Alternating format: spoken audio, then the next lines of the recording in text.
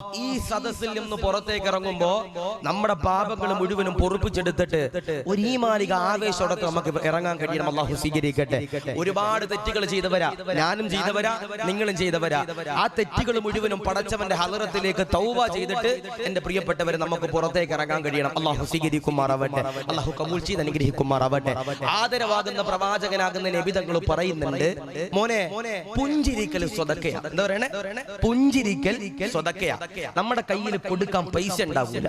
ഇപ്പൊ ഞാൻ ഇവിടെ വന്നപ്പോ ഇവിടുത്തെ കമ്മിറ്റിക്കാരോട് ചോദിച്ചു, ഈ പള്ളിയുടെ വരുമാനവും ഉസ്താദിനുണ്ടാക്കി കൊടുത്ത കോട്ടേഴ്സും ഒക്കെ എങ്ങനെ ഉണ്ടാക്കിയതാ ഉസ്താദെ? ഇവിടെ വർഷം തോറും നടക്കുന്ന സലാത്തിൽ പിരിച്ചിട്ട് കിട്ടണ പൈസക്ക് തന്നെ ഉസ്താദെ ഞങ്ങളുടെ ഇവിടുത്തെ എല്ലാ പരിപാടിയും നടക്കുന്നതെന്ന് സാധുക്കൾ പറയുന്നുണ്ട്. അല്ലാഹു സ്വീകരിക്കട്ടെ.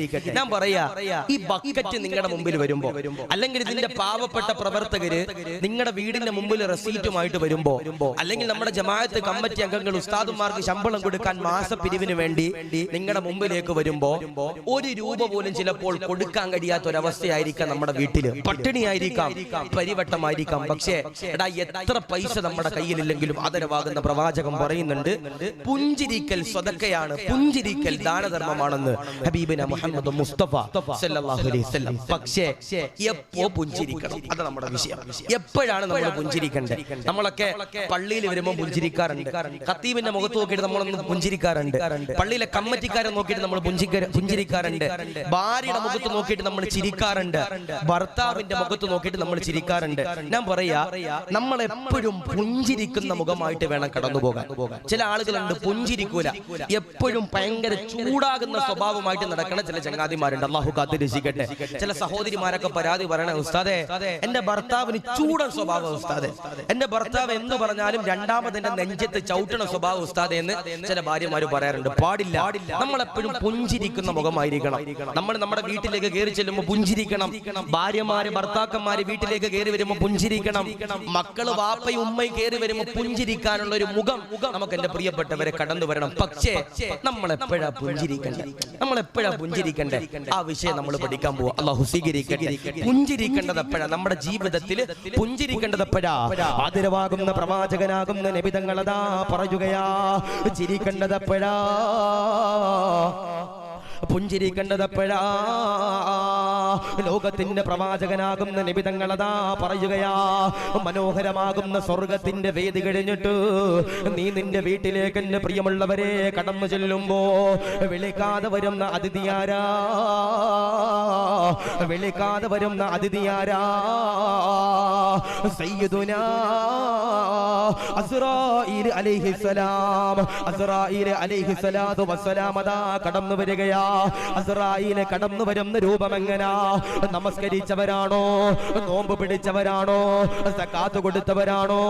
നന്മകൾ ചെയ്തവരാണോ? ഹജ്ജുകൾ ചെയ്തവരാണോ? ഉംറകൾ ചെയ്തവരാണോ? നന്മയിലൂടെ കടന്നു പോയവരാണോ? എന്നാ അസ്റായീല് കടന്നു വരുന്ന രൂപം എങ്ങനാ? മുഖമെല്ലാം പുഞ്ചിരിച്ചുകൊണ്ട് അസ്റായീല് കടന്നു വരികയാ. സുഗന്ധമതാ പരത്തിക്കൊണ്ട് ഒരു ഈമാനിക ആവേശത്തോടെ അസ്റായീലിന്റെ പ്രിയപ്പെട്ടവരെ കടന്നു വരികയാ. അസ്റായീല് കടന്നു വരുമ്പോ നീ അതാ സന്തോഷിക്കുകയാ. എന്നാ നമസ്കരിക്കാതെ, നോമ്പ് പിടിക്കാതെ, സകാത്ത് കൊടുക്കാതെ, നന്മ ചെയ്യാതെ, ഹജ്ജ് ചെയ്യാതെ, ഉംറ ചെയ്യാതെ, കള്ളു കുടിച്ചുകൊണ്ട്, ചീട്ട് കളിച്ചുകൊണ്ട്, ഹാൻസ് വെച്ചുകൊണ്ട്, MDMA അടിച്ചുകൊണ്ട് തിരുവനന്തപുരത്തിന്റെ പരിസരത്തിലൂടെ നടന്നവരാണോ? ഓടിയവരാണോ? എഴഞ്ഞവരാണോ? എന്നാ അസ്റായീല് കടന്നു വരുന്ന രൂപം എങ്ങനാ? ആദരവാകുന്ന പ്രവാചകനതാ പറയുകയാ, മുഖമെല്ലാം കറുത്തിരണ്ടുകൊണ്ട്, ദുർഗന്ധം എന്റെ പ്രിയപ്പെട്ടവരെ പരത്തിക്കൊണ്ട്, പേടിപ്പിക്കുന്ന രീതിയിൽ എന്റെ പ്രിയപ്പെട്ടവരെ കടന്നു വരികയാ. അസ്റായീല് കടന്നു വന്ന് റൂഹ് പിടിക്കുമ്പോ ഞാനും നിങ്ങളും അതാ കരയുകയാ, വേദനിക്കുകയാ, സങ്കടപ്പെടുകയാ, വിരഹിക്കുകയാ, നൊമ്പരപ്പെടുകയാ. അതുകൊണ്ടാണ് ലോകത്തിന്റെ പ്രവാചകൻ റൂഹ് റൂഹ് പിടിക്കാൻ അസ്റായീൽ കടന്നു വരുമ്പോ റസൂലുള്ള കരഞ്ഞുകൊണ്ട് പറഞ്ഞില്ലേ, വേദനിക്കുന്ന അസ്റായീലേ, നൊമ്പരമാണ് അസ്റായീലേ, സഹിക്കുന്നില്ല അസ്റായീലേ. ആദരവാകുന്ന പ്രവാചകന്റെ റൂഹ് പിടിക്കുമ്പോൾ പോലും റസൂലുള്ള കരഞ്ഞെന്ന് ചരിത്രം പറയുമ്പോ, റൂഹ് പിടിക്കുമ്പോ വേദന എടുക്കുന്നതോ, വല്ലാതെ സങ്കടപ്പെടുത്തുന്നതാ, വല്ലാതെ വിരഹിക്കുന്നതാ. നിന്റെ റൂഹദാ അസ്റായീൽ പിടിച്ചു കൊണ്ടുപോവുകയാ. പള്ളിയിലെ മുഅദ്ദിൻ ഉസ്താദ് വിളിച്ചു പറയുകയാ, ഇന്നാ ലില്ലാഹ്. ആശിഖ് ദാരിമി മരിച്ചിട്ടുണ്ട്, പള്ളിയിലെ ഖതീബ് വിട പറഞ്ഞിട്ടുണ്ട്, പള്ളിയിലെ കമ്മിറ്റിയുടെ കാരണവരുണ്ടല്ലോ വിട പറഞ്ഞിട്ടുണ്ട്. എല്ലാവരും അതാ കടന്നു വരികയാ, കൂട്ടുകാര് കടന്നു വരികയാ, കൂടപ്പറപ്പീങ്ങൾ കടന്നു വരികയാ, അയൽവാസികൾ കടന്നു വരികയാ, സുഹൃത്തുക്കൾ കടന്നു വരികയാ, കമ്മിറ്റിക്കാര് കടന്നു വരികയാ, ഉസ്താദുമാര് കടന്നു വരികയാ, ശത്രുക്കളതാ കടന്നു വരികയാ. ജനാസയുടെ ചാരത്തേക്ക് കടന്നു വന്നിട്ട് പള്ളിയിലെ ഖതീബിന്റെ പ്രിയപ്പെട്ടവരെ ദുആ ചെയ്യേണ്ടതാ. ഇവൻ മരിച്ചു കിടക്കുന്നത് പോലെ എന്നെ നീ മരിപ്പിക്കണേ അല്ലാ. ഈ സാധുവായ സഹോദരൻ പുഞ്ചിരിച്ച് കിടക്കുന്നത് പോലെ ഞങ്ങളെ നീ മരിപ്പിക്കണേ അല്ലാ എന്ന് പറഞ്ഞുകൊണ്ട് പള്ളിയിലെ ഖതീബ് ദുആ ചെയ്യേണ്ടതാ, ദുആ ചെയ്യേണ്ടതാ. അതുകൊണ്ട് പ്രിയമുള്ളവരോട് പറയുകയാ, എല്ലാവരും കരയുമ്പോ, എല്ലാവരും സങ്കടപ്പെടുമ്പോ, എല്ലാവരും വിരഹിക്കുമ്പോ അവരുടെ നടുവിലുണ്ടല്ലോ നമ്മുടെ ജനാസയുണ്ടല്ലോ. പുഞ്ചിരിക്കണ്ടതാ, ചിരിക്കണ്ടതാ, പ്രകാശിക്കണ്ടതാ. അതുകൊണ്ട് അങ്ങാടിയിലൂടെ നടക്കുമ്പോ പുഞ്ചിരിച്ചാല് പോരാ, അങ്ങാടിയിലൂടെ നടക്കുമ്പോ കളിച്ച് ചിരിച്ചുകൊണ്ട് നടന്നാല് പോരാ, പള്ളിയിലേക്ക് കടന്നു വരുമ്പോ കളിച്ച് ചിരിച്ചുകൊണ്ട് നടന്നാല് പോരാ. എപ്പോഴാണ് പുഞ്ചിരിക്കേണ്ടതെന്നറിയോ? അല്ലാഹുവിന്റെ റസൂലിന്റെ പ്രിയപ്പെട്ടവരെ പറയുകയാ, മരിക്കുമ്പോ പുഞ്ചിരിച്ചുകൊണ്ട് മരിക്കാൻ കഴിയേണ്ടതാ. നാദാ സൗഭാഗ്യം തരണ അല്ലാ, കബൂലാക്കണേ അല്ലാ. പറയണേ, ആദരവാകുന്ന പ്രവാചകനാകുന്ന നബിതങ്ങൾ പറയുന്നു, കളിയും ചിരിയൊന്നും വേണ്ടപ്പാ, നിന്റെ ജനാസ പുഞ്ചിരിച്ച് കിടക്കാൻ കഴിയണം. അല്ലാഹു ഈമാൻ നൽകി അനുഗ്രഹിക്കുമാറാവട്ടെ. നമ്മുടെ പള്ളിയിലെ ഖതീബ് ഉസ്താദ്, ഞാനും നിങ്ങളുമൊക്കെ മരിച്ചാൽ നമ്മുടെ പള്ളിയിലെ ഖതീബ് ഉസ്താദ് നമ്മുടെ വീട്ടിൽ വരും.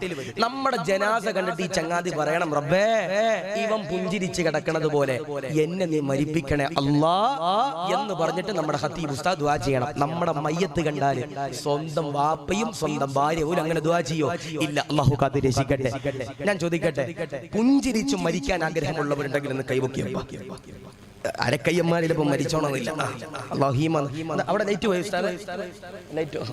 തലവേദന അല്ലാഹു സ്വീകരിക്കുമാറാവട്ടെ. അപ്പൊ ഞാൻ പറയണത്, പുഞ്ചിരിച്ച് മരിക്കണമെങ്കിൽ നാല് കാര്യങ്ങൾ നിങ്ങളുടെ ജീവിതത്തിൽ ചെയ്താൽ ഇൻഷാ അല്ലാഹ് മരിക്കുമ്പോ പുഞ്ചിരിച്ചുകൊണ്ട് ഈമാനോടെ മരിക്കാം. ആ നാല് കാര്യങ്ങൾ പഠിച്ചിട്ട് നമുക്ക് വിട പറയാം. അല്ലാഹു സ്വീകരിക്കട്ടെ. ഇപ്പോ ചില ആളുകളൊക്കെ ഇന്നിപ്പോ എന്നോടൊരു ചങ്ങാതി പരാതി പറഞ്ഞു, ഉസ്താദേ എന്റെ മുഖത്ത് മുഴുവനും കറുത്ത പാടാ ഉസ്താദേ. എന്നോട് ഒരാൾ പറഞ്ഞു, ഉസ്താദേ എന്റെ മുഖത്ത് മുഴുവനും കറുത്ത പാടാ ഉസ്താദെ. ക്രീം ഇട്ട് വെളുക്കാൻ നടക്കണ ചില ദത്തന്മാരുണ്ട്, ക്രീം ഇട്ട് വെളുക്കാൻ നടക്കണ ചില ചെറുപ്പക്കാരുണ്ട്. അല്ലാഹു കാത്ത് രക്ഷിക്കട്ടെ. കാസർഗോഡ് ജില്ലയിൽ എന്റെ ഒരു കൂട്ടുകാരനുണ്ട്, ഓന്റെ പരിപാടി ക്രീം ഉണ്ടാക്കല. ക്രീമിന്റെ സപ്ലൈ ആണ്, ഓനാണ് അതിന്റെ മുതലാളി. ആ ക്രീമിന്റെ പേര് പിരിസപ്പാടെന്ന ഒരു ക്രീം ഉണ്ട്, ഒരു മഞ്ഞക്കളറിലെ പിരിസപ്പാടെന്ന ക്രീം ഉണ്ട്. അപ്പൊ ഞാൻ ഓനോട് ചോദിച്ചാ കച്ചവടമൊക്കെ ഉണ്ടോ? എന്റെ പൊന്നു ഉസ്താദെ, കൊല്ലം ജില്ലക്കാരെ ഏറ്റവും കൂടുതൽ ക്രീം വാങ്ങണ അല്ലാഹു നല്ല ഗ്രഹിക്കുമാറാവട്ടെ. അപ്പൊ ഞാൻ ചോദിച്ചോടാ കള്ളമാണോ പറയണേ? അല്ല ഉസ്താദെ. ഓന്റെ ഫോൺ എടുത്തിട്ട് ബാർഗ്രാഫ് ആ കച്ചവടത്തിന്റെ ഡീറ്റെയിൽസ് ഇങ്ങനെ കാണിച്ചപ്പോ ഏറ്റവും കൂടുതൽ ഓർഡർ പിരിസപ്പാട് ക്രീമിന് കിട്ടിയിരിക്കുന്നത് കൊല്ലം ജില്ലയിൽ. അല്ലാഹു കാത്ത് രക്ഷിക്കട്ടെ. ഇതേതാ ജില്ല ഉസ്താദെ? തിരുവനന്തപുരം. അപ്പൊ അല്ലാഹു നല്ല ഗ്രഹിക്കുമാറാവട്ടെ. എടാ ക്രീം ഇട്ട് വെളുക്കണ്ട, ക്രീം ഇട്ട് വെളുക്കണ ചില ചങ്ങാതിമാരുടെ മുഖം നോക്കണം, സൂര്യന്റെ താപമേറ്റതുപോലെ മുഖത്ത് നിന്ന് തൊലിയൊക്കെ പോയിട്ടുണ്ടാകും. അല്ലാഹു കാത്ത് രക്ഷിക്കട്ടെ. വെളുപ്പെന്ന് പറഞ്ഞാൽ അതല്ല, മുഖത്തൊരു പ്രകാശം വേണം. എത്ര കറുത്തിരുന്നാലും മുഖത്തൊരു പ്രകാശം വേണം. അപ്പൊ ഞാന് ഒരു മാസം മുമ്പ് ഞാൻ വയനാട് വഴന്നിന് പോകാൻ വേണ്ടിയിട്ട് ആലപ്പുഴയിൽ നിന്ന് ഇങ്ങനെ ട്രെയിനിൽ കയറിയതാ കോഴിക്കോട്ടേക്ക് ഇങ്ങനെ ട്രെയിൻ കയറുമ്പോൾ ലോക്കൽ കമ്പാർട്ട്മെന്റിലാണ് ഇരിക്കണേ. ഞാൻ ഇരിക്കണ സമയത്ത് ഒരു 4 ചെറുപ്പക്കാരന്റെ ചുറ്റും ഇങ്ങനെ ഇരിക്കണുണ്ട്. അപ്പൊ ഞാൻ തൊപ്പി ഇട്ടിട്ടില്ല, ഇങ്ങനെ ഇരിക്കണേ. അപ്പൊ എന്നോട് ഒരു 4 ചെറുപ്പക്കാർ ഇങ്ങനെ നോക്കുക, എന്റെ മുഖത്തോട്ട് ഇങ്ങനെ നോക്കുക, എന്തോ പരിചയമുള്ളത് പോലെ. ഞാൻ ചോദിച്ചു എന്താടാ നോക്കണേ? ഒന്നുമില്ല ഉസ്താദേ. ഞാൻ പിന്നെ ചോദിച്ചു എന്താടാ നോക്കണേ? ഒന്നുമില്ല ഉസ്താദേ. ഞാൻ എന്തോ ഓനെ തല്ലാൻ പോണത് പോലെ നോക്കണത് കണ്ടാൽ ഞാൻ ചോദിച്ചു എന്തിനാടാ നോക്കണേ? അപ്പൊ ഓൻ പറഞ്ഞു ഉസ്താദ് എവിടെ കണ്ടു പരിചയമുണ്ട്. അപ്പൊ ഞാൻ ചോദിച്ചു എവിടെ കണ്ടു പരിചയം? ഉസ്താദ് തൊപ്പി ഒന്ന് നോക്കോ, മനസ്സിലാകണില്ല, തൊപ്പി ഒന്ന് നോക്കോ. ഞാൻ തൊപ്പി വെച്ചിട്ട് എന്നെ മനസ്സിലായില്ല. ഉസ്താദ് ഷാളും കൂടി ഒന്ന് ഇടുമെന്ന് ചോദിച്ചു. അപ്പൊ ഞാൻ ഷാള് വിട്ടു. അപ്പൊ എന്നോട് ചോദിച്ചു ഉസ്താദ് അല്ലേ വഴന്ന് പറയാൻ പോണ ആശികതാരമേ എന്ന് ചോദിച്ചു. അപ്പൊ ഞാൻ പറഞ്ഞു ഞാൻ തന്നെ. അപ്പൊ ഞാൻ ഓനോട് ഒരു കാര്യം ചോദിച്ചിട്ട് നിനക്ക് എന്നെ ഇത്രയും നേരം നോക്കിയിട്ട് മനസ്സിലായില്ല. അവൻ പറഞ്ഞൊരു കാര്യമുണ്ട് ഉസ്താദേ, നിങ്ങൾ ഫ്ലെക്സിലും ഇൻസ്റ്റാഗ്രാമിലും യൂട്യൂബിലും ഫേസ്ബുക്കിലും വഴതിലും ഒക്കെ വെളുത്തിട്ടാ, നേരിട്ട് കാണാൻ കറുത്തിട്ടാ. ഗ്രഹിക്കട്ടെ. അപ്പൊ ഞാൻ പറയണ് എത്ര കറുത്താലും മരിച്ചു കിടക്കുമ്പോ എങ്ങനെ വെളുത്ത് കിടക്കാൻ കഴിയണം? നമ്മുടെ മുഖമെല്ലാം പുഞ്ചിരിച്ച് കിടക്കാൻ കഴിയണം. ചില ആളുകൾ പറയും ഉസ്താദ് എന്നെ കറുമ്പ എന്നാ കൂട്ടുകാരെ വിളിക്കാൻ. അല്ലെ ചില ആണുങ്ങളുണ്ട് കറുത്ത പെണ്ണുങ്ങളെ നിക്കാഹ് ചെയ്യൂല. കറുത്തു പോയെന്ന് പറഞ്ഞിട്ട് ചില പെൺകുട്ടികൾ എന്ത് ചെയ്യൂല? വിവാഹം ചെയ്യൂല. മസ്സല നോക്കിക്കഴിഞ്ഞാലേ ഉസ്താദെ ഞാൻ പറയണില്ല, ഏറ്റവും കൂടുതൽ ദാമ്പത്തിക ജീവിതത്തിൽ ബറക്കത്തുണ്ടാകുന്നത് കറുത്ത പെണ്ണായിട്ട് ലഹീമ നൽകി ഗ്രഹിക്കുമാറാവട്ടെ. ഇനി ഉസ്താദെ എന്റെ ഭാര്യ വെളുത്തിട്ട ഉസ്താദെ നാളെ തന്നെ മറ്റേ നെറോലാക്സിന്റെ ഒരു കറുത്ത പെയിന്റും മേടിച്ചുകൊണ്ട് അടിക്കുക. അതല്ല ഇപ്പൊ പറയണേ. കറുത്ത പെണ്ണും വെളുത്ത പെണ്ണൊക്കെ തുല്യം ലഹീമ നൽകി ഗ്രഹിക്കുമാറാവട്ടെ. ബിലാൽ തങ്ങളും സൽമാൻ തങ്ങളും ഇസ്ലാമിൽ ഒന്നാ. അവര് കറുത്തിട്ടും വെളുത്തിട്ടാണെന്ന് പറഞ്ഞ റസൂലുള്ള മാറ്റി നിർത്തിയിട്ടില്ല. പക്ഷേ മരിച്ചു കിടക്കുമ്പോ കറുത്ത് കിടക്കാൻ പാടില്ല. മുഖം പ്രകാശിച്ച് കിടക്കാൻ കഴിയണം. ഞാൻ അതാ പറഞ്ഞ മരിച്ചു കിടക്കുമ്പോ ഈമാനോടെ മുഖം പ്രകാശിച്ച് കിടക്കുന്ന 4 വിഭാഗമുണ്ടെന്ന് ഹബീബിന മുഹമ്മദ് മുസ്തഫ സല്ലല്ലാഹു അലൈഹി വസല്ലം. ആ 4 വിഭാഗങ്ങളെ പറ്റി പഠിച്ചിട്ട് ഇൻഷാ അല്ലാഹ് ഒരു 10 മണിയാകുമ്പോൾ നമുക്ക് ഇവിടെ നിന്ന് വിട പറയണം. അല്ലാഹു സ്വീകരിക്കുമാറാവട്ടെ. അല്ലാഹു റാഹത്തിലാക്കി അനുഗ്രഹിക്കുമാറാവട്ടെ. ഇരിക്കൂലേ? ഇല്ലെങ്കിൽ ചിലപ്പോ കറുത്ത് മരിക്കും. ഇനി മരിക്കൂല എന്ന് ചിന്തിക്കുന്നവരുണ്ടെങ്കിൽ അത് കൈപൊക്കിയപ്പോ ഉസ്താദെ ഞാൻ മരിക്കൂല എന്ന് ധൈര്യമുള്ളവരുണ്ടെങ്കിൽ അത് കൈപൊക്കിയപ്പോ ആരെങ്കിലും മുമ്പിലിരിക്കണ ചെറിയ മുട്ടയെന്ന് പോലും വിചാരിച്ചില്ല മരിക്കും. അങ്ങനെ ആരെങ്കിലും ആരുമില്ല. കാരണം എന്തേ നമ്മുടെ നാട്ടില് പള്ളിക്കാട്ടില് മീസാൻ കല്ലിന്റെ ചുവട്ടിൽ കിടക്കുന്ന സാധുക്കള് നമുക്ക് ഉദാഹരണമാണ്. 3 അടയാളങ്ങൾ മരണത്തിന്റെ അടയാളമാണെന്ന് ഹബീബിന മുഹമ്മദ് മുസ്തഫ സല്ലല്ലാഹു അലൈഹി വസല്ലം. 1, ശരീരത്തിൽ നരയുണ്ടെങ്കിൽ എഴുതി വെച്ചോ, എത്ര ഡൈ ചെയ്താലും നീ മരിക്കും. അല്ലാഹീമ നൽകി അനുഗ്രഹിക്കുമാറാവട്ടെ. എത്ര ഡൈ ചെയ്താലും നീ മരിക്കും. ശരീരത്തിന്റെ 1ാമത്തെ അടയാളം ശരീരത്തിൽ നര വന്നു കഴിഞ്ഞാൽ. ഇപ്പൊ ഞാൻ ഇപ്പൊ ഇങ്ങോട്ട് ഇന്ന് കാസർഗോഡ് കണ്ണൂരിൽ നിന്ന് ഇങ്ങോട്ട് കഴിഞ്ഞ് വരുന്ന വഴി ഞാൻ വന്ദേ ഭാരതിന് വരുമ്പോ എന്റെ കൂടെ ആരും സംസാരിക്കാനില്ല. അവസാനം കിട്ടി TTR കിട്ടിയ. അപ്പൊ TTR ഞാനായിട്ട് നല്ല സംസാരിച്ചു. കുറെ നേരം കാസർഗോഡ് ഇവിടം വരെ സംസാരിച്ചു. നല്ല പരിചയം. ഉസ്താദെ ഫോൺ നമ്പർ ഒക്കെ ടിക്കറ്റ് കിട്ടിയില്ല, എന്നെ വിളിച്ചാൽ മതി എന്നൊക്കെ പറഞ്ഞ നല്ല പരിചയം. അപ്പൊ ഈ ചങ്ങാതിയുടെ കുടുംബത്തിന്റെ ഫോട്ടോ എന്നെ ഇങ്ങനെ കാണിച്ചു. അപ്പൊ അദ്ദേഹത്തിന് താടിയില്ല. അപ്പൊ ഞാൻ ചോദിച്ചു നിങ്ങളെ ഫോട്ടോയിൽ രണ്ടിലും നല്ല വ്യത്യാസമുണ്ട്, കാരണം നേരിട്ട് കാണുമ്പോ താടിയുണ്ട്, ഫോട്ടോയിൽ താടിയില്ല. അപ്പൊ ചങ്ങാതി പറയും ഉസ്താദെ നിങ്ങൾക്കൊക്കെ താടി ഷേപ്പ് ചെയ്യാനും അതിനും ഇതിനൊക്കെ ആളുകൾ ഉണ്ടാവും, അതിന് ശീലം ഉണ്ടാവും. ഞങ്ങൾക്ക് ശീലമില്ല ഉസ്താദെ. എന്റെ താടി എനിക്ക് 48 വയസ്സുണ്ട് ഉസ്താദെ. ഈ 48 വയസ്സായത് കൊണ്ട് എന്റെ താടിക്ക് ഇങ്ങനെ നരച്ചോണ്ടിരിക്കുക. അപ്പൊ എനിക്ക് ഷേപ്പ് ചെയ്താലും മാത്രം ഒരു ഡൈയും ചെയ്യേണ്ടി വരുമെന്നൊരു സാധുവായ സഹോദരൻ പറയുമ്പോ എത്ര ഡൈ ചെയ്താലും അസ്റായിൽ വന്ന് പിടിക്കും. അല്ലാഹു കാത്ത് രക്ഷിക്കട്ടെ.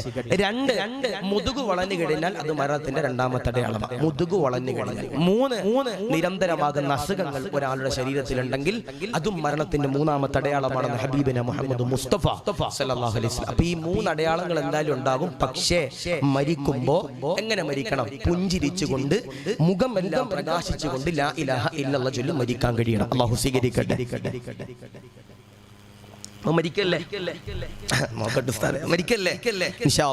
ആദരവാകുന്ന പ്രവാചകനാകുന്ന നബി തങ്ങളതാ പറയുകയാ സഹാബാ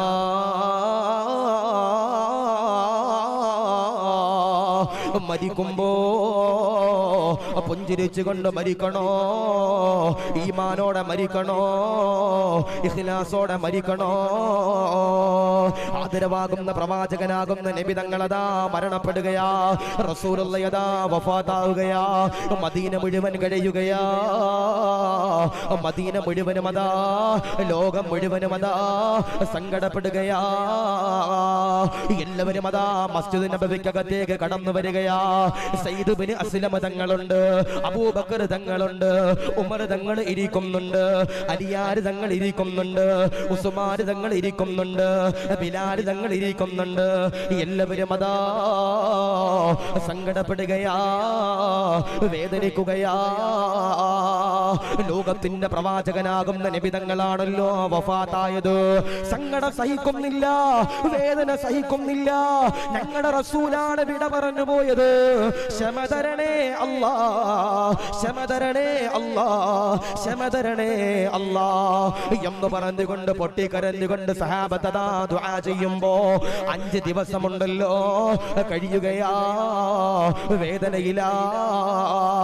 ഉടൻ തന്നെ സയ്യിദ് ബിൻ അസ്ലമ തങ്ങളുണ്ടല്ലോ അബൂബക്കർ തങ്ങളോട് പറയുകയാ, അബൂബക്കർ തങ്ങളെ റസൂലുള്ള പറഞ്ഞതാണല്ലോ, ആരെങ്കിലും ഒരാൾ മരണപ്പെട്ട് കഴിഞ്ഞാൽ, ആരെങ്കിലും ഒരാൾ മരിച്ചു കഴിഞ്ഞാൽ, ആരെങ്കിലും ഒരാൾ വിട പറഞ്ഞു കഴിഞ്ഞാൽ 3 ദിവസത്തിൽ കൂടുതൽ ഒരിക്കലും നിങ്ങൾ സങ്കടപ്പെടാൻ പാടില്ലോ, വിഷമിക്കാൻ പാടില്ല, സങ്കടപ്പെടാൻ പാടില്ല, ദുഃഖിക്കാൻ പാടില്ല.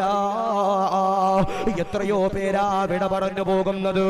6 വയസ്സുള്ള മക്കളുണ്ടല്ലോ, 10 വയസ്സുള്ള മക്കളുണ്ടല്ലോ, 25 വയസ്സുള്ള സഹോദരിമാരുണ്ടല്ലോ, 30 വയസ്സുള്ള ഭർത്താവുണ്ടല്ലോ.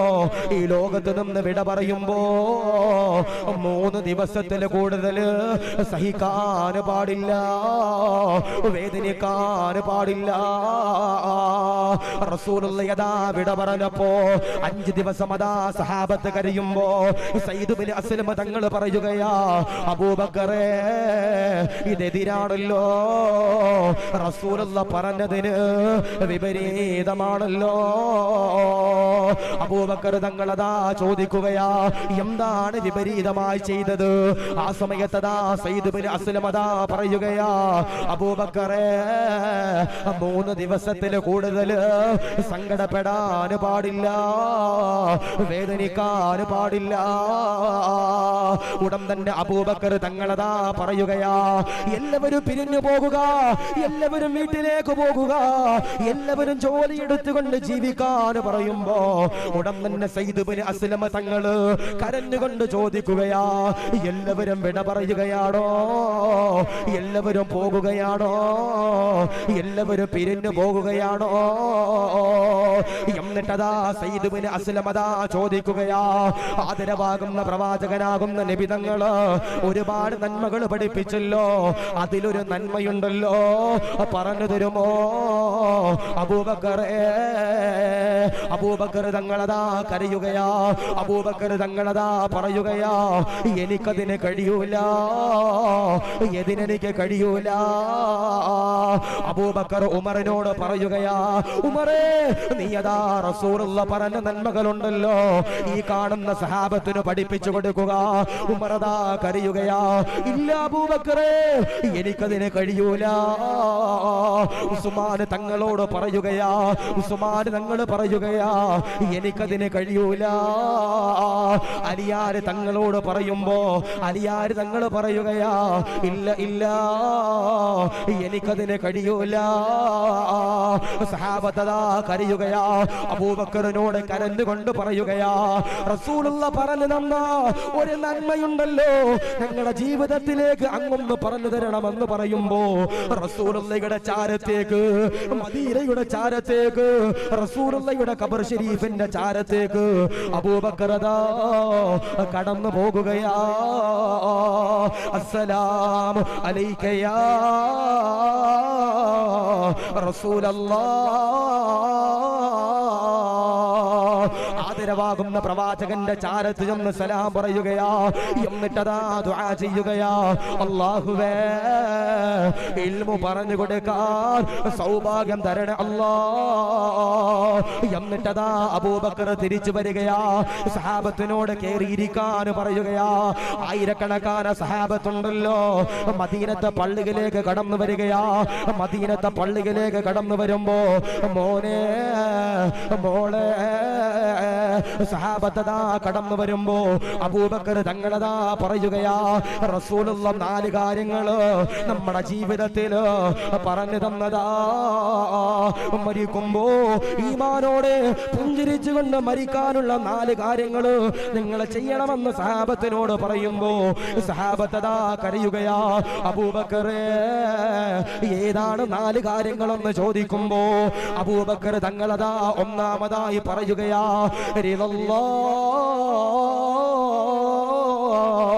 അല്ലാഹുവിനോടുള്ള തൃപ്തിയാ, അല്ലാഹുവിനോടുള്ള ബഹുമാനമാ, അല്ലാഹുവിനോടുള്ള കടപ്പാടാ.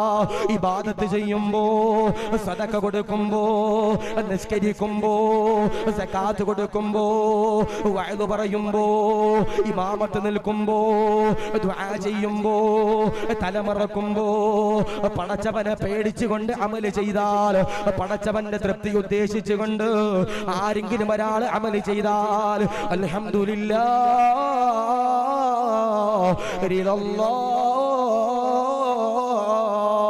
അല്ലാഹുവിന്റെ തൃപ്തിയുണ്ടല്ലോ.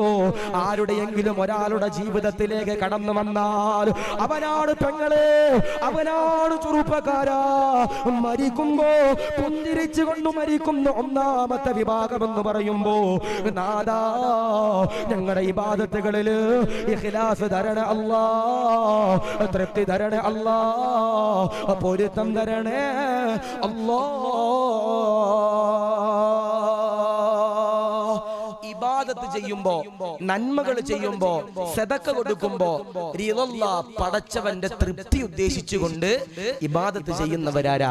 അവരാണ് എന്റെ പ്രിയപ്പെട്ട സഹോദരങ്ങളെ മരിക്കുമ്പോ പുഞ്ചിരിച്ച് കിടക്കുന്ന വിഭാഗമെന്ന്, ഒന്നാമത്തെ വിഭാഗമെന്ന് ഹബീബിന മുഹമ്മദ് മുസ്തഫ സല്ലല്ലാഹു അലൈഹി വസല്ലം വഅദ് പറയുമ്പോ, വഅദ് കേൾക്കുമ്പോ, ഇമാമ നിൽക്കുമ്പോ, ദുആ ചെയ്യുമ്പോ, വഅദ് കേൾക്കാൻ നിങ്ങൾ ഇവിടെ വന്നിരിക്കുമ്പോ, തൊപ്പി ധരിക്കുമ്പോ, വെള്ള വസ്ത്രം ധരിക്കുമ്പോ, എന്റെ പ്രിയപ്പെട്ടവരെ തലമറക്കുമ്പോ, നിങ്ങൾ പടച്ചവന്റെ തൃപ്തി ഉദ്ദേശിച്ചുകൊണ്ട് എന്ന് നന്മകൾ ചെയ്താലും അവര് മരിക്കുമ്പോ പുഞ്ചിരിച്ചുകൊണ്ട് മരിക്കുന്ന ഒന്നാമത്തെ വിഭാഗമെന്ന് ഹബീബിന മുഹമ്മദ് മുസ്തഫ സല്ലല്ലാഹു അലൈഹി വസല്ലം.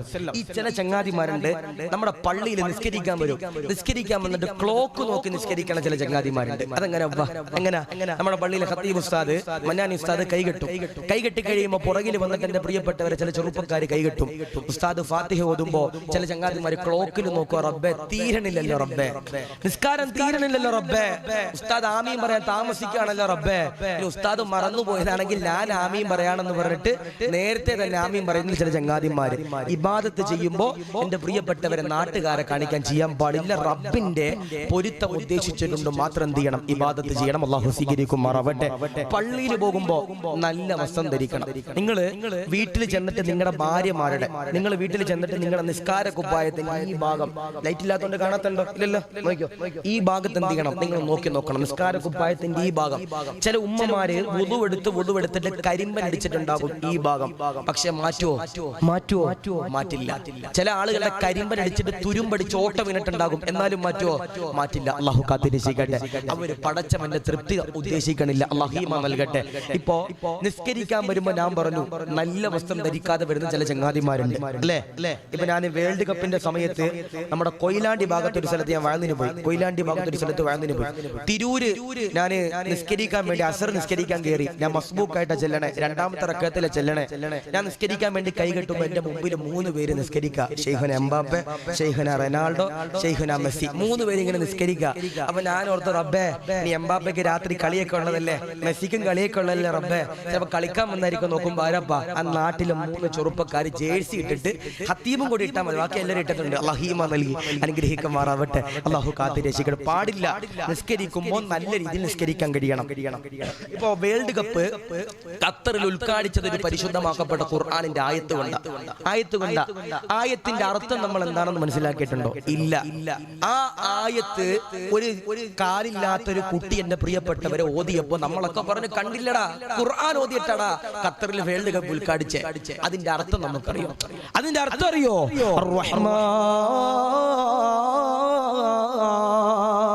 علم القرآن خلق الإنسان ഇൻസാൻ അല്ലമഹുൽ ബയാൻ എന്നിങ്ങനെ അല്ലാഹുവിന്റെ ഖുർആനിലൂടെ അല്ലാഹു പറയുകയാ. എന്നിട്ടതാ അല്ലാഹു പറയുകയാ ഫബിഅയ്യി ആലാഇ റബ്ബികുമാ തുകദ്ദിബാൻ. എടാ അല്ലാഹു നിനക്ക് കൈ തന്നു, എടാ അല്ലാഹു നിനക്ക് കാല് തന്നു, എടാ അല്ലാഹു നിനക്ക് മൂക്ക് തന്നു, എടാ എന്നിട്ട് ഇശാ നിസ്കരിക്കാതെ നീ എന്ത് ടർഫിൽ കളി കാണാൻ പോയതെന്ന് അല്ലാഹുവിന്റെ പരിശുദ്ധമാക്കപ്പെട്ട ഖുർആൻ അതാ പറയണേ. ഇബാദത്ത് ചെയ്യുമ്പോ തൃപ്തി വേണം, റബ്ബിന്റെ പൊരുത്തം ഉദ്ദേശിച്ച് എന്ത് ചെയ്യണം? ഇബാദത്ത് ചെയ്യണം. നമ്മൾ സദക്ക കൊടുക്കുമ്പോ അത് നാട്ടുകാരെ കാണിക്കാൻ കൊടുത്താലേ പോരാ. ഇപ്പൊ ചാരിറ്റിക്കാരുണ്ടാകും, ചാരിറ്റിക്കാര് ഒരു ബിരിയാണിക്കിടുന്ന ഒരു മുന്തിരി മേടിച്ചു കൊടുത്താൽ പോലും ഫേസ്ബുക്കിൽ ലൈവ് ഇടുന്ന ചില ചാരിറ്റിക്കാരുണ്ട്. അല്ലാഹു കാത്തിരക്ഷിക്കുമാറാവട്ടെ, അല്ലാഹു ഈമാൻ നൽകട്ടെ. പാടില്ല. എന്ത് ചെയ്താലും അതിന്റെ പ്രിയപ്പെട്ടവരെ പടച്ചവന്റെ തൃപ്തി കിട്ടാൻ ചെയ്താൽ, പടച്ചവന്റെ തൃപ്തി കിട്ടാൻ വേണ്ടി ആരെങ്കിലും ഒരാൾ ഇബാദത്ത് ചെയ്താൽ അവരാണ് മരിക്കുമ്പോ ഈമാനോടെ പുഞ്ചിരിച്ചുകൊണ്ട് മരിക്കുന്ന ഒന്നാമത്തെ വിഭാഗം എന്ന് ഹബീബുന മുഹമ്മദ് മുസ്തഫ സല്ലല്ലാഹു അലൈഹി വസല്ലം. ബഹുമാനപ്പെട്ട ഈസാ നബിയുടെ ചരിത്രം എന്റെ പ്രിയമുള്ളവരെ പഠിക്കേണ്ടതാ. റൂഹുല്ലാഹി ഈസാ അലൈഹിസ്സലാം, ഈസാ നബി അലൈഹിസ്സലാത്തു വസ്സലാമിന്റെ പ്രിയമുള്ളവരെ ഒരു മലഞ്ചെരിവിലൂടെ കടന്നു പോകുകയാ. പടച്ചവനെ ഈസാ നബി അതാ കടന്നു പോകുമ്പോ ഒരു വിഭാഗമുണ്ടല്ലോ ഇബാദത്ത് ചെയ്യുകയാ, ദുആ ചെയ്യുകയാ, പടച്ചവനോട് ദുആ ചെയ്യുകയാ. ഈസാ നബി അതാ കടന്നു വരികയാ. ഈസാ നബി ആ വിഭാഗത്തിന്റെ മുഖത്തേക്ക് നോക്കുമ്പോ അവരതാ മെലിഞ്ഞിരിക്കുകയാ, ക്ഷീണിച്ചിരിക്കുകയാ. ആ സമയത്തിന്റെ പ്രിയമുള്ളവരെ ഈസാ നബി ചോദിക്കുകയാ, എന്തിനാണ് മക്കളെ നിങ്ങൾ ഇബാദത്ത് ചെയ്യുന്നത്? നിങ്ങൾ ഇങ്ങനെ സമയം മുഴുവൻ ഇബാദത്ത് ചെയ്യുന്നത്? ആ സമയത്തുണ്ടല്ലോ അവരതാ പറയുകയാ, സ്വർഗത്തിന് വേണ്ടിയാ, സ്വർഗത്തിന് വേണ്ടിയാ. ഈസാ നബിയോടാ ചെറുപ്പക്കാര് പറയുകയാ, പ്രായമുള്ളവര് പറയുകയാ, ഞങ്ങളതാ പടച്ചവനോട് ഇബാദത്ത് ചെയ്യുന്നത് സ്വർഗമെന്ന് പറയുന്ന ഏറ്റവും വലിയ പ്രതിഫലമുണ്ടല്ലോ ലഭിക്കാനാ, ലഭിക്കാനാ. ഈസാ നബി അതാ പുഞ്ചിരിക്കുകയാ. എന്നിട്ടാ മലഞ്ചെരിവിലൂടെ നടന്നു പോകുമ്പോ ഈസാ നബി അതാ രണ്ടാമത്തെ വിഭാഗമുണ്ടല്ലോ കാണുകയാ. ഒരു കൂട്ടം ആളുകള് മലഞ്ചെരിവിന്റെ ചവിട്ടത്തിരുന്നു കൊണ്ട് ആ വിഭാഗം എന്റെ പ്രിയപ്പെട്ടവരെ ഇബാദത്ത് ചെയ്യുകയാ. അവരതാ പടച്ചവനെ ഒരു ഈർക്കിലി പോലുള്ള ശരീരമാ, വല്ലാതെ ക്ഷീണിച്ചിരിക്കുകയാ. അവരതാ ഇബാദത്ത് ചെയ്ത് കണ്ട് ക്ഷീണത്തിലാ. ഈസാ നബി അതാ ചോദിക്കുകയാ, നിങ്ങളുടെ ലക്ഷ്യമെന്താ? നിങ്ങളുടെ ആഗ്രഹമെന്താ? ഇബാദത്ത് ചെയ്യുന്നതെന്തിനാ? അവരതാ പറയുകയാ, ഈസാ നബിയെ ഞങ്ങളതാ ഇബാദത്ത് ചെയ്യുന്നത് നരകത്തിൽ നിന്ന് കാവല് നേടാൻ വേണ്ടിയാണ്. നരകമെന്ന് പറയുന്ന തീജ്വാലയുള്ള അദാബിൽ നിന്ന് കാവല് തേടാനാ, കാവല് തേടാനാ. പടച്ചവനെ ഈസാ നബി അതാ ചിരിക്കുകയാ. എന്നിട്ടാ മലഞ്ചെരിവിലൂടെ നടന്നു പോകുകയാ.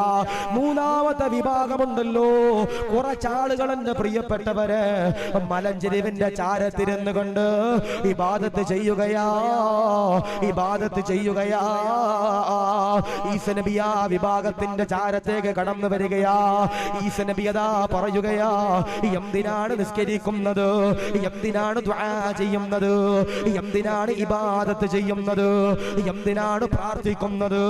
ആ സമയത്തുണ്ടല്ലോ മൂന്നാമത്തെ വിഭാഗമുണ്ടല്ലോ പറയുകയാ,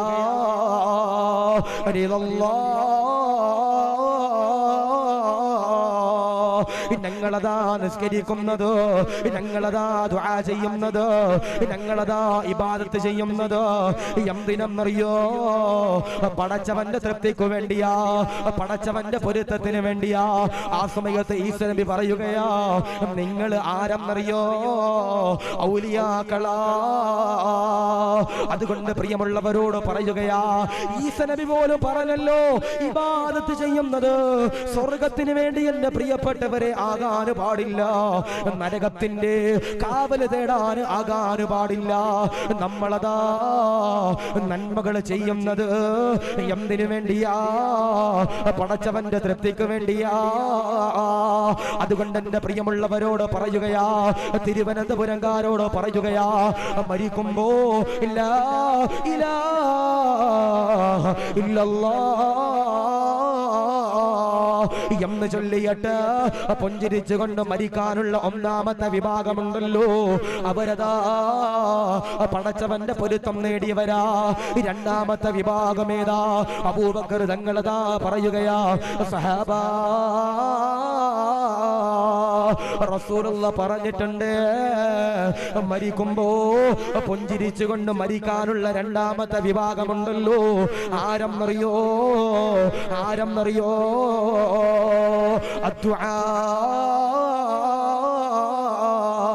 ദുആ ചെയ്യുന്നവനാ, പടച്ചവന്റെ മുമ്പിൽ ദുആ ചെയ്യുന്നവനാ, പടച്ചവന്റെ മുമ്പിൽ ദുആ ചെയ്യുന്നവനാ. അവനതാ പുഞ്ചിരിച്ചുകൊണ്ട് മരിക്കുന്നവരാ.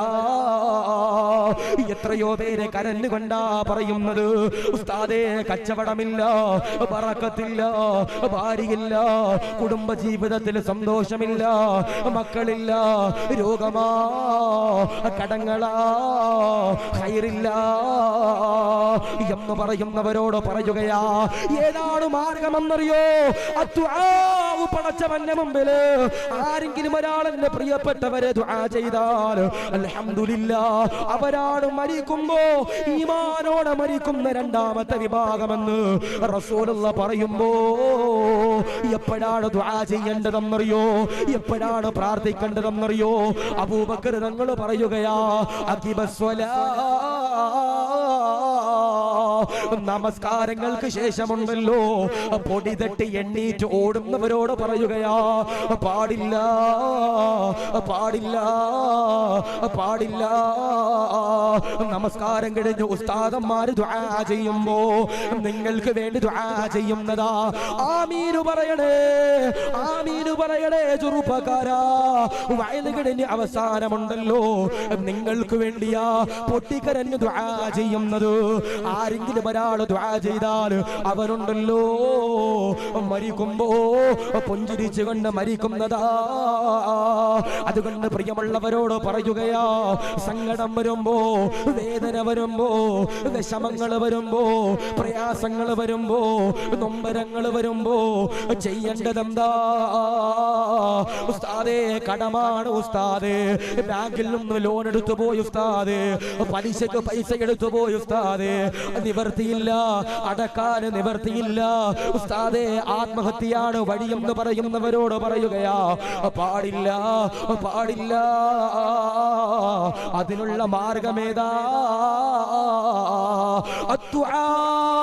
ദുആണെന്ന് റസൂലുള്ള എന്റെ പ്രിയമുള്ളവരെ പറയുമ്പോ ഈ സദസ്സിലെ ദുആകള് കബൂലാക്കണേ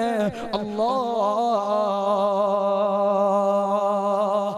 ആരെങ്കിലും ഒരാൾ നിസ്കാരങ്ങൾക്ക് ശേഷം ആരെങ്കിലും ഒരാൾ പൊട്ടിക്കരഞ്ഞ് ദുആ ചെയ്താൽ അവരാണ് എന്റെ പ്രിയപ്പെട്ട സഹോദരങ്ങളെ മരിക്കുമ്പോ ഈമാനോടെ മരിക്കുന്ന രണ്ടാമത്തെ വിഭാഗമെന്ന് ഹബീബുന മുഹമ്മദ് മുസ്തഫ സല്ലല്ലാഹു അലൈഹി വസല്ലം. ആലോചിച്ച് നോക്കി, നിസ്കാരത്തിന് ശേഷം പൊടിയും തട്ടി എണ്ണീച്ചു പോണ ചില ചങ്ങാതിമാരുണ്ട് അല്ലെ, ചില പുത്തൻവാദികളൊക്കെ പറയാറുണ്ട് നിസ്കാരത്തിന് ശേഷം ദുആ ഇല്ല, ദുആ ഇല്ലെന്ന്. മോനെ എന്റെ പ്രിയപ്പെട്ടവരെ, ബഹുമാനപ്പെട്ട അബൂബക്കർ തങ്ങൾ പറയുന്നു, മരിക്കുമ്പോ ഈമാനോടെ മരിക്കുന്ന രണ്ടാമത്തെ വിഭാഗം ദുആ ചെയ്യുന്നവരാണെന്ന് ബഹുമാനപ്പെട്ട അബൂബക്കർ സിദ്ദീഖ് റളിയല്ലാഹു അൻഹു. സഹാബത്ത് ചോദിച്ചു, സിദ്ദീഖ് തങ്ങളെ ഞങ്ങൾ എപ്പോഴാ ദുആ ചെയ്യണ്ടേ?